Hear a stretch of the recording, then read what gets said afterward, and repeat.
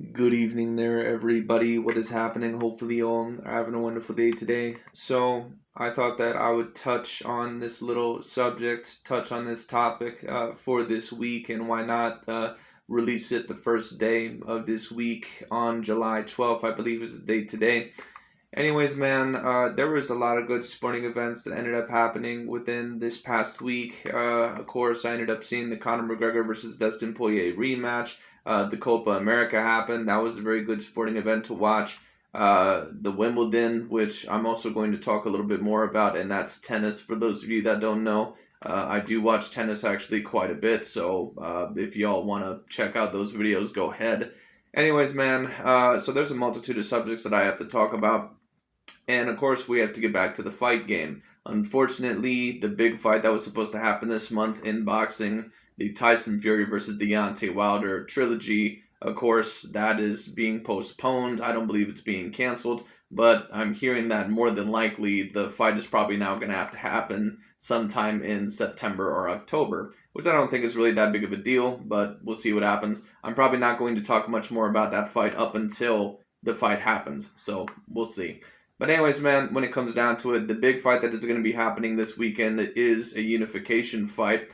And we are going to get another complete unification fight on our hands this year. I believe this is going to be the second one. The first fight that was for all the belts in a division this year was the Josh Taylor versus Jose Ramirez fight. That was a pretty decent performance, I thought, by Josh Taylor. I did predict Josh Taylor to win that fight, and he did end up winning that fight. I thought that he actually somewhat dominated the fight. That was a very impressive division to unify against because I thought Regis Prograis and Josh Taylor especially, and even I guess if you wanted to argue Victor Postal, you can argue that all those guys are A-grade fighters. When it comes to Jermell Charlo, I think that I think he's a very talented fighter. I think both Charlo brothers, to be honest with you, are quite talented. I do think that they have their faults, but obviously they attract a lot of attention when it comes down to it. And this fight, I think, is going to be a very, very big fight. To be honest with you, this is just my personal opinion.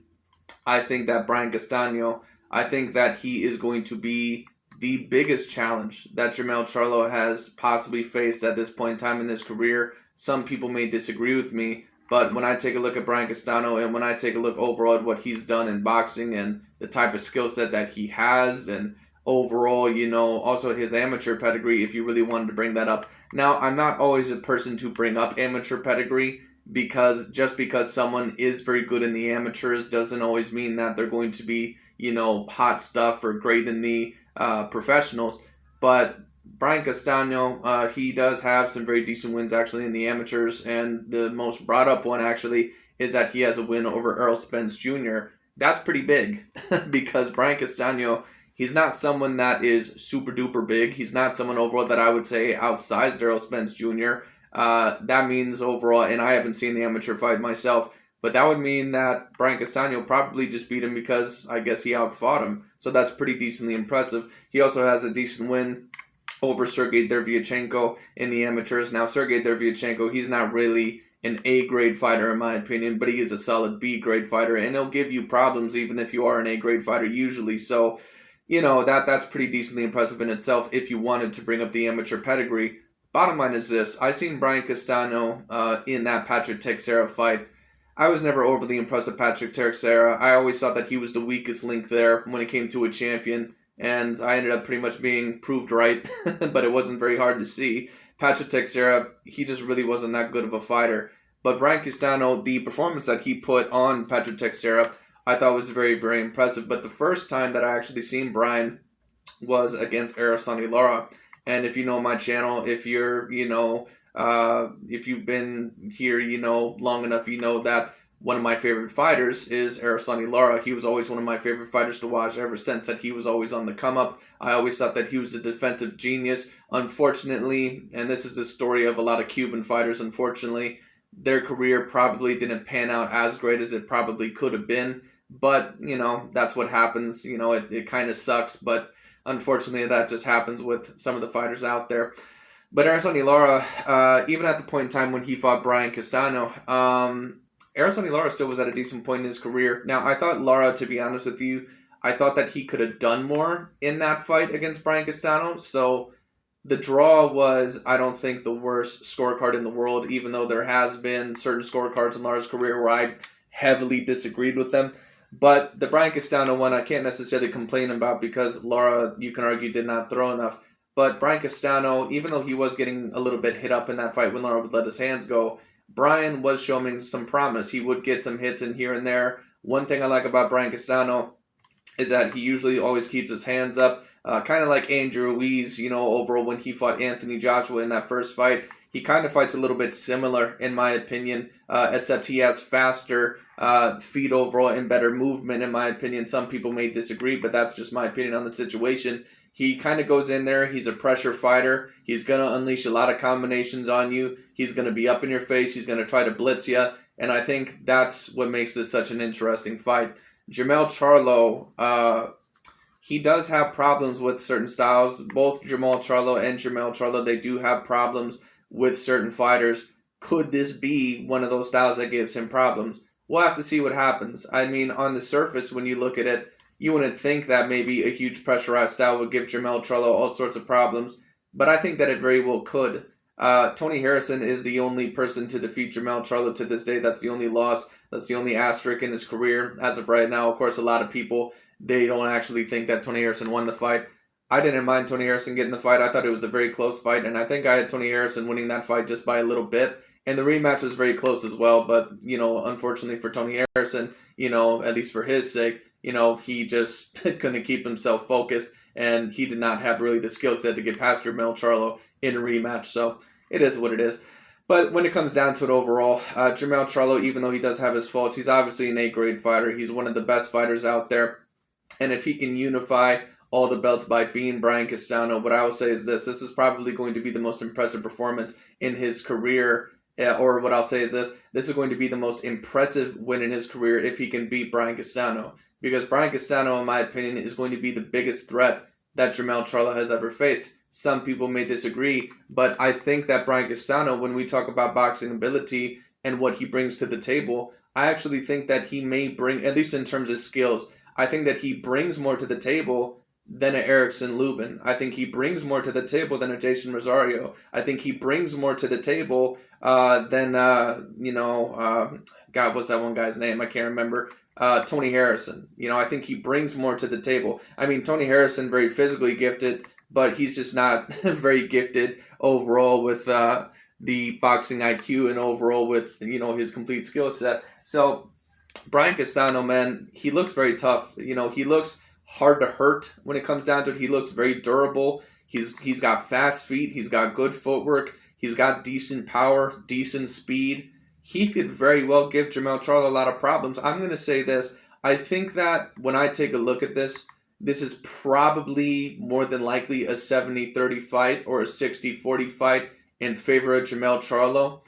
But what I am going to say is this. If an upset happened here, I would not be completely shocked at all. I would not be shell-shocked. My jaw would not drop to the floor. Brian Castano is a very decent fighter. I think that he would beat a lot of the other fighters in that division. The only other fighter besides Brian Castano, in my opinion, that would give, at least at this point in time in their careers, because when we talk about Araceli Lara and Austin Trout and those guys, they're not really in their prime anymore. They're not really at the best point in their careers anymore. So I just don't see them beating someone like a Jermell Charlo at this point.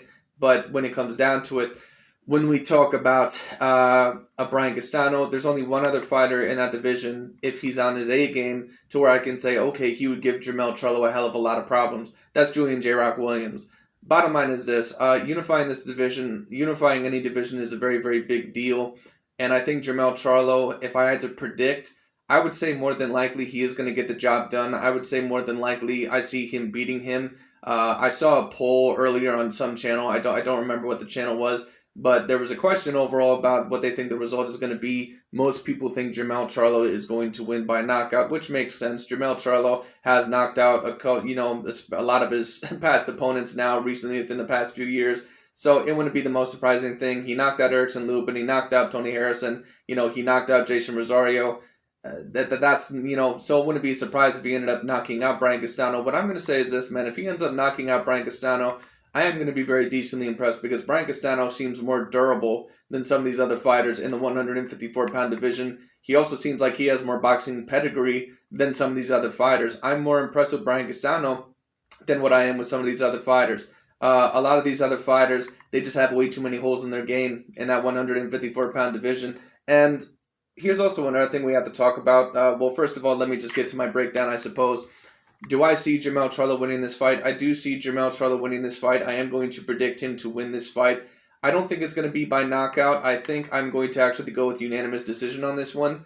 Don't get me wrong. Would I be surprised if he ended up knocking out Brian Castano? I wouldn't be surprised. Jermell Charlo has decent power, but there's just something about Brian's style that I think could maybe give Jermell Charlo a little bit of problems. Jermell, I understand that, I think some people believe overall that, he's going to go in there and, just completely outbox Brian. I don't know. I think Castano, to be honest with you, I'm not saying that it's impossible. I do think that Jermell Charlo, I do think that he is going to try to stick the jab out there. I think he's going to try to, put that out there, try to establish his range when it comes down to it. I think he's going to try to go to the body early, but Jermell Charlo and Jermall Charlo, like a lot of the problems that I've always said that Jermall Charlo has had, his brother, Jermell Charlo, he's also had those problems. Sometimes he relies a little bit too much on his counterpunching ability. Sometimes he doesn't have the greatest variety of, punches. Sometimes he's not the greatest combination puncher. Sometimes he doesn't throw enough. Sometimes he does not have a great head movement as well. Brian Castano, if he's able to back Jermell Charlo up and kind of hurt him, or I won't say hurt him, but if he's able to scare him early and put him on the back foot early, or more importantly, more up against the ropes, I think he can really make this a very challenging fight, and he can maybe put Jermell Charlo in a dark, part of the fight to where maybe Jermell Charlo, he may not be able to return back, or I'm not going to say that he won't be able to adjust, but what I will say is that, it could make it very difficult. That's what I'm going to say. So Brian is going to have to try to make this as difficult as a fight as possible. He's going to have to pressure him. He's going to have to be defensively responsible. He's going to have to keep his hands up. I think he should go to the body, left hooks to the body, unleash those to the body, stick a jab out there, double, triple jab, to Jermell Charlo's face when it comes down to it, right across to the body here and there. Sometimes Jermell Charlo does have a difficulty time moving his head around as good as he needs to at times. You can get in on him, just move in and out intelligently. As for Jermell Charlo, what do I think he needs to do? I think he needs to establish a jab. I think he needs to go to the body early. I think overall he needs to move at a lot of angles. I think he needs to make sure not to get trapped up against the ropes. That's what I personally think Jermell Charlo needs to do. And if he does that, I think more than likely he probably will win this fight. But don't underestimate Brian Castano. Brian Castano is a very decent fighter. He's got very good boxing pedigree. I'm not sure if I would say that Brian Castano is 100% an A-class fighter, but he is a very decent fighter. I think, to be honest with you, this is my opinion, Brian Castano might be the most challenging fight that Jermell Charlo has had so far in his career. And some people, may disagree with that just because, not a lot of people have heard about him as much as, say, some of the other up-and-comers in that division, like a Jason Rosario or, a Erickson Lubin, because some of those guys are going to be more popular. But I'm not actually sure if they're better fighters than a Brian Castano. That's just my personal opinion. And even if J-Rock Williams and Brian Castano were to fight, you've seen J-Rock Williams in a few of his fights. If you've seen him against Ishii Smith and, Jason Rosario, there'd be a possibility that Brian Castano not only could beat J-Rock Williams, he could possibly knock him out when it comes down to it. Once again, don't underestimate Brian Castano. He's a very decent fighter when it comes down to it. I think that he's, it would not surprise me if there was an upset that happened here. I am betting on Jermell Charlo, to win this fight, but don't underestimate him here. This is going to be a very big fight. I have no doubt about that whatsoever. Anyways, let's just talk about the last part of this. What do I think it'll mean? What does it mean to me if Jermell Charlo wins this fight? Well, obviously it's a very big deal because that'll mean that he completely unified a division. And that's not something that gets accomplished very, very often. The only ones that have recently done that have been Terrence Crawford, Alexander Usyk, Josh Taylor, and there may be another one that I'm forgetting about. And Canelo Alvarez looks like he's on the way to doing that as well very, very soon. And if Tyson Fury and Anthony Joshua, if they end up fighting, soon after this trilogy, Deontay Wilder, of course they'll be the complete unified champion as well. Or whoever wins the Deontay Wilder Tyson Fury trilogy when it comes down to whoever wins that. And if they face Anthony Joshua. Anyways, when it comes down to it, unified champions don't happen very often, at least complete unified champions. So this is obviously going to be a very special achievement. I've already said this about Jermell Charlo, though, and a certain amount of people may disagree. I think he is debatably a top 10 pound for pound fighter. I'm not going to, bar him completely from the top 10 pound for pound list, but I personally do not have him on my top 10 pound for pound list. I personally do not have him there, and a certain amount of people may disagree. I think you can argue him there. I don't think that, it's impossible to have him there. But there's been a lot of channels overall, especially we know what channels, the LDBC and new media channels, they try to argue overall that, well, Jermell Charlo, how dare he say race doesn't matter, because he was talking about the Deontay Wilder Tyson Fury situation. He was basically saying overall, well, the only reason why Jermell Charlo isn't on, the pound for pound list is because he's a black fighter and, they don't want him on the pound for pound list. I don't think that's the reason at all. And I'm not saying that certain media outlets don't have certain, negative things to say about black fighters, but when you really, use it for everything, it kind of loses a certain amount of credibility. And Jermell Charlo, and I look at myself as a decently logical and objective commentator, I don't have Jermell Charlo on my pound for pound list either, at least on my top 10 pound for pound. He certainly would be within my top 15, but I don't have him in my top 10 because if we talk about the top 10 pound for pound, I mean, number one in my opinion is Canelo Alvarez. Number two in my opinion is Errol Spence Jr. Number three is either going to be Terrence Crawford or Tyson Fury in my opinion, so then that means they also have to take up the number 4 spot. And number 5, I think I have Teofimo Lopez. At number 6, I either have Alexander Usyk or Manny Pacquiao. One of those two. I think both of them have to be in the top 10 pound for pound. So that's 7 spots right there. And then when we talk about the final 3 spots, I have Anthony Joshua in there. I have Josh Taylor in there. So that leaves one more spot. I'm trying to and Naoya Inoue. Naoya Inoue also has to be in there as well. Now, Naoya Inoue does not necessarily have an A-grade resume, but he is undefeated. On top of that, he looks like the most dominant fighter in the world at times. So that's the thing you can say right there. He's won a Super Series, and he's a 3-weight division champion.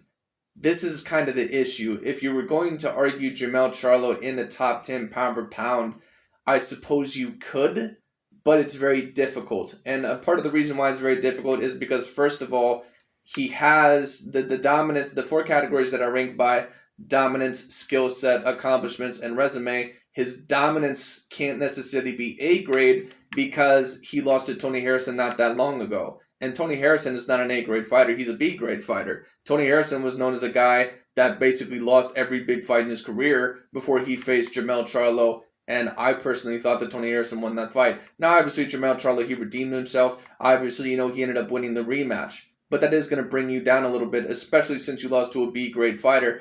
And on top of that, I just don't know if I can argue that his resume is necessarily A-grade. And a certain amount of people, they'll disagree. I know a certain amount of Jermell Charlo supporters will be like, well, how dare you say that? He defeated Erickson Lubin and Jason Rosario and all these other guys. Okay, well, that's great, but are those guys really A-class fighters? And this is how you judge if a fighter is A-class or not. You can say that they're A-class if Jermell Charlo is facing them, but let's be real. Let's say Canelo Alvarez, who in my opinion is, the cash cow of boxing, the golden goose, and also the number 1 pound-for-pound fighter in boxing. Let's say he were to face Jason Rosario, or Erickson Lubin, or Julian J. Rock Williams next, or Jarrett Hurd, or, even Brian Castano. Would anyone say, wow, I can't believe Canelo was taking this fight. What a challenge. This is really an A-grade fight. No one would be saying that because no one looks at these guys really as A-grade fighters, and they would be correct to not look at them that way.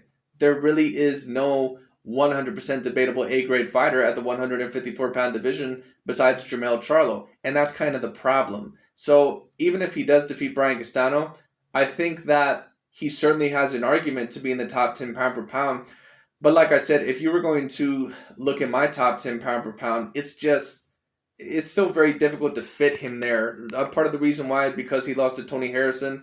Another part of the reason, because he only has work in one division. And I don't think that any of the fighters that he's really beaten in his career, either A, they weren't really at an A-class point in their career, or B, they just weren't A-class fighters to begin with. And that's kind of the problem. When we take a look at another fighter that maybe is in a similar circumstance, like a Josh Taylor, who has only done work in one division and has, unified a whole entire division when it comes down to it, his dominance has to be above Jermell Charlo because he's never lost, first of all. On top of that, he's looked very good against very good fighters. Like Victor Postal, who you could debate maybe is an A-grade fighter, maybe. But Jose Ramirez and Regis Prograis certainly would be counted as A-grade fighters. That's something that you would have to say. And you know how I know that? Because if Jose Ramirez and Regis Prograis, if they were to face Terrence Crawford next or an Errol Spence Jr. next, it may not be as big of a fight, say, if it were like a Sean Porter or a Keith Thurman. But let's be real. People would look at those fights as an A-grade fight. And that's how you know